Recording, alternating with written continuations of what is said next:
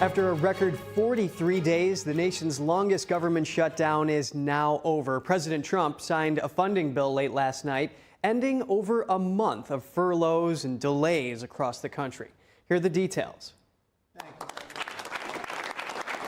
President Trump signed a stopgap bill around 10:25 p.m. last night, officially reopening the federal government and restoring pay for hundreds of thousands of federal employees. Today we're sending a clear message that we will never give in to extortion, because that's what it was. In just a moment, I'll sign a bill exactly like we asked Democrats to send us all along, many days ago. The motion is adopted. The House cleared the measure 222 to 209, with 6 Democrats joining Republicans to end the standoff. The fight that triggered the shutdown centered on the expiring Affordable Care Act tax credits. Democrats wanted an immediate extension. Republicans said the issue should be debated later, but the stopgap bill cleared the Senate earlier this week without an extension. Going into the House vote, some Democrats criticized the bill. I think it is a raw deal for the American people. After the vote, Speaker Mike Johnson gave credit to the GOP for not wavering. We feel very relieved tonight. The Democrat shutdown is finally over, thanks to House and Senate Republicans who stood together to get the job done. Congressman Don Davis, a Democrat who broke ranks to back the funding bill, defended his vote last night, but said the fight would continue. People are hurting out there. I mean, they're getting hit with costs. Their parents trying to raise kids. Farmers been hit. I mean, this is not over by any means. President Trump also used the moment to renew his call to end the Senate filibuster, saying the rule enables partisan gridlock. I hope we can all agree that the government should never be shut down again, end the filibuster, terminate the filibuster. It'll never happen again. The bill ensures funding for major departments and food assistance programs through next fall, but only extends funding for the rest of the federal government till the end of January. The same healthcare fight could spark another shutdown when that temporary runs out. After the House vote yesterday, Speaker Johnson declined to commit on a vote to extend Affordable Care Act subsidies. During an interview with CNN this morning, Agriculture Secretary Brooke Rollins said most people will receive their SNAP benefits by this weekend. And from healthcare to travel and customer service, here's a look at how reopening the government could affect you. The reopening of the government is having real-world impacts on Americans today.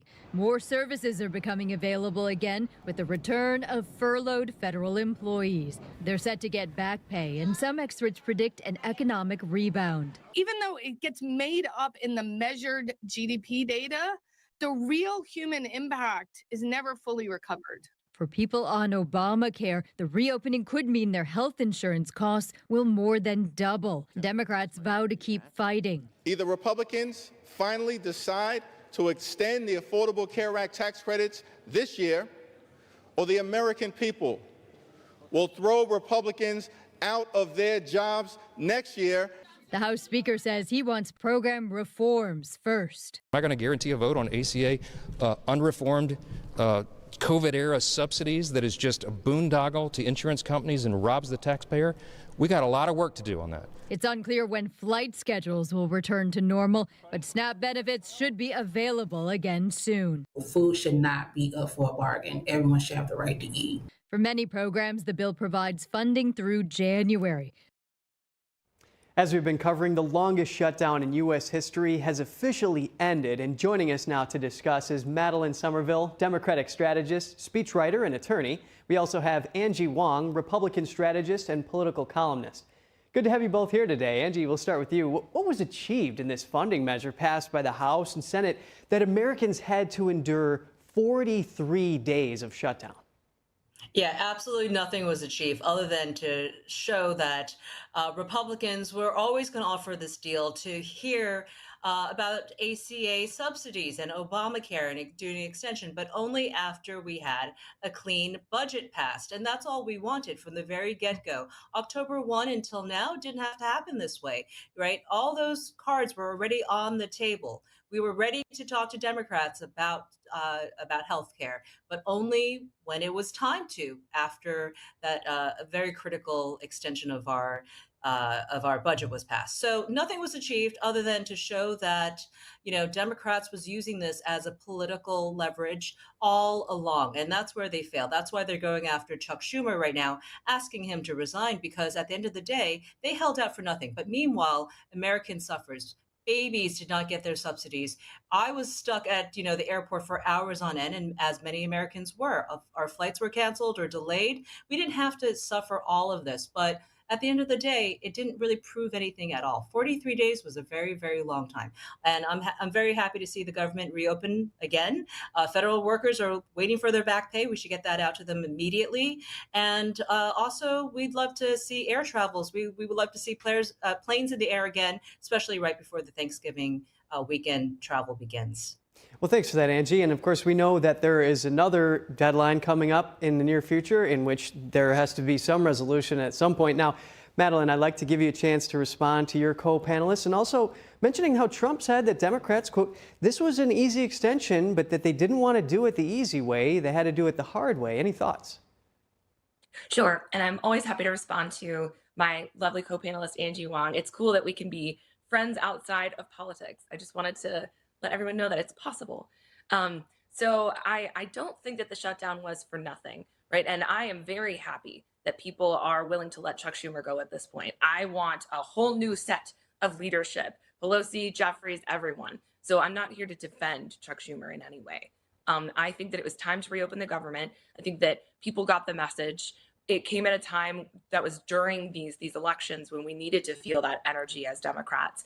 And I think that it communicated what it needed to not just the base, because the base needed to understand that their representatives were going to hold out for something that they believed in.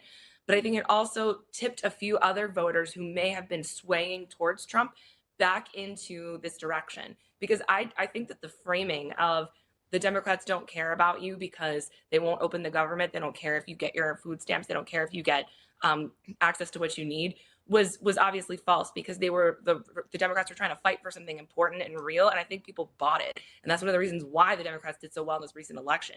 So I think the point was made. It's time to open the government back up. I think that we were finally at the end of our rope here, right, where people were just like, I can't take this anymore, and it was about to turn on them. So I think the point was made, and it was the right time to open it back up. So, Madeline, I understand what you're saying. Now, for people who are behind those fights, that what they want to accomplish, they didn't get it. Is it the thought that counts, though, or is it just the fact that they held to it for so long, even though it didn't amount to anything? Yeah, that's totally a fair question. And I unfortunately agree with you, even though your phrasing it makes it sound very sad, which is the thought that counts, right? Because I do think that people have been impressed by things that seem to be silly, right? Like Gavin Newsom taking on Donald Trump and ramping up his voice in response to him. But in doing so, right, he's cognitively put himself on the same playing field as Donald Trump. These are little things that actually count for a lot. Or like the Democrats walking out in Texas, right? They're demonstrating we're willing to fight for you. And this isn't something that we've seen in the past. And I think that if they had held out any longer, the tides would have turned on them. I don't think they had a choice. And so, yes, and I knew the House was going to open up. I knew Jeffries was going to cave, 100%. It was absolutely going to happen. And I understand why my Democratic colleagues are frustrated.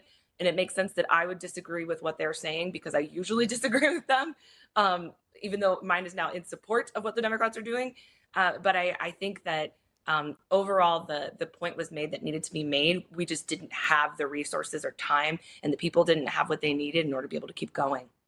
Thanks for that insight, Madeline. And Angie, on that note, President Trump has said that the big swing, you saw New Jersey and the Virginia governor's race go hard to the Democrats, and, well, one seat was flipped.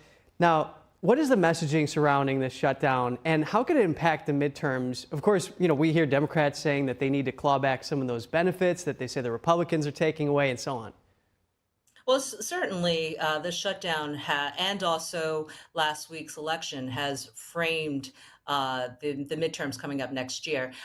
Affordability, I've never heard that word more used in the last week. So clearly Trump has now regeared, and he's talking about making the American dream a lot more affordable for Americans again. And I think now that the government's reopened, he can start doing that. Remember, his big, beautiful bill addresses this very issue. He wants to bring the cost of gas and groceries and insurance down for all Americans. He wants to bring mortgages down as well. He's floating several ideas about mortgage reform out there, which I love, as well as auto loans. So he's tackling all these things because he realizes, wow, last Tuesday was a loss for Republicans, even though I wouldn't call it a blue wave because a lot of these states were already blue and they just won again in a blue state. But that is certainly, it gave President Trump and his team a pause for the midterms because President Trump wants a full 4-year presidency, not a 2-year where he has to fight the House or the Senate. He wants everyone on board to get the entire America First agenda all the way through the 4 years without too much of a fight. So I think that's what the last 2 weeks has taught us between the shutdown as well as last Tuesday's election. And Angie, thanks for helping our viewers understand any pivots that may be happening in Trump's agenda. I mean, we know the MAGA agenda was centered on affordable gas prices, unleashing American energy. But there may be some tweaks that you're alluding to. Madeline, how do you respond to what your co-panelist is saying? Yeah, I tend to think that actually President Trump's intentions are different than those of the people behind him. I think that there's a lot of evidence to indicate that President Trump does want all of these prices to go down. I think he wants to give the people what they want, to put it plainly. That's been reflected in reproductive rights, his decisions on that. It's been reflected in a lot of his policies where he looks at the polls, he talks to people and he says, this is what people want. However, right, I think that his attempts to do so are going to fall on deaf ears, especially because he's making things up right now. It's so silly for him to say things like, what do you mean affordability? Like things are the best that they've ever been under Trump. He's very reluctant to use that word affordability because he knows that that's working for the Democrats. And he's willing to make things up about what the truth is in terms of the economy so that he can reinforce the position that Trump is the best and he's always been the best and always will be the best. But the American people are not buying it if you look at the polls. So I do agree. I think that it might be his intentions, but he's not going to get his way by lying to people about it.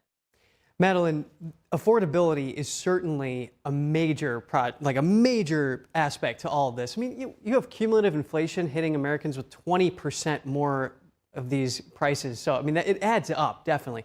Now, we may have some feed coming in, so I just want to let you all know that we may be cutting to that in a moment. But Angie, if we still have a moment, with funding only extended to January, what do you think will happen this time? Is there another shutdown possible that we've been talking about?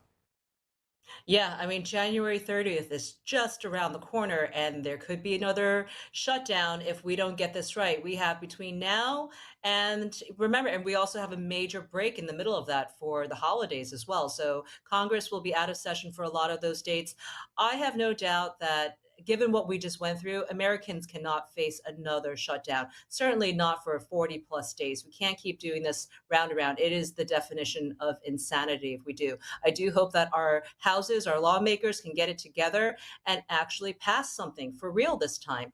And John Thune had already promised Democrats that we're going to talk about the ACA. We're going to talk about the Affordable Care Act and try to get that through. Again, that should be put on the floor for a vote, and we'll see what happens there, but there's no guarantees either. But I suspect that if Democrats don't get what they want in mid-December, that they're going to pull all of this again on January 30th and put all Americans through another shutdown. And that's what I want to forewarn everybody. Let's not even walk down that pathway. Let's get it done before the holidays. Let's get everyone paid and get this government completely opened.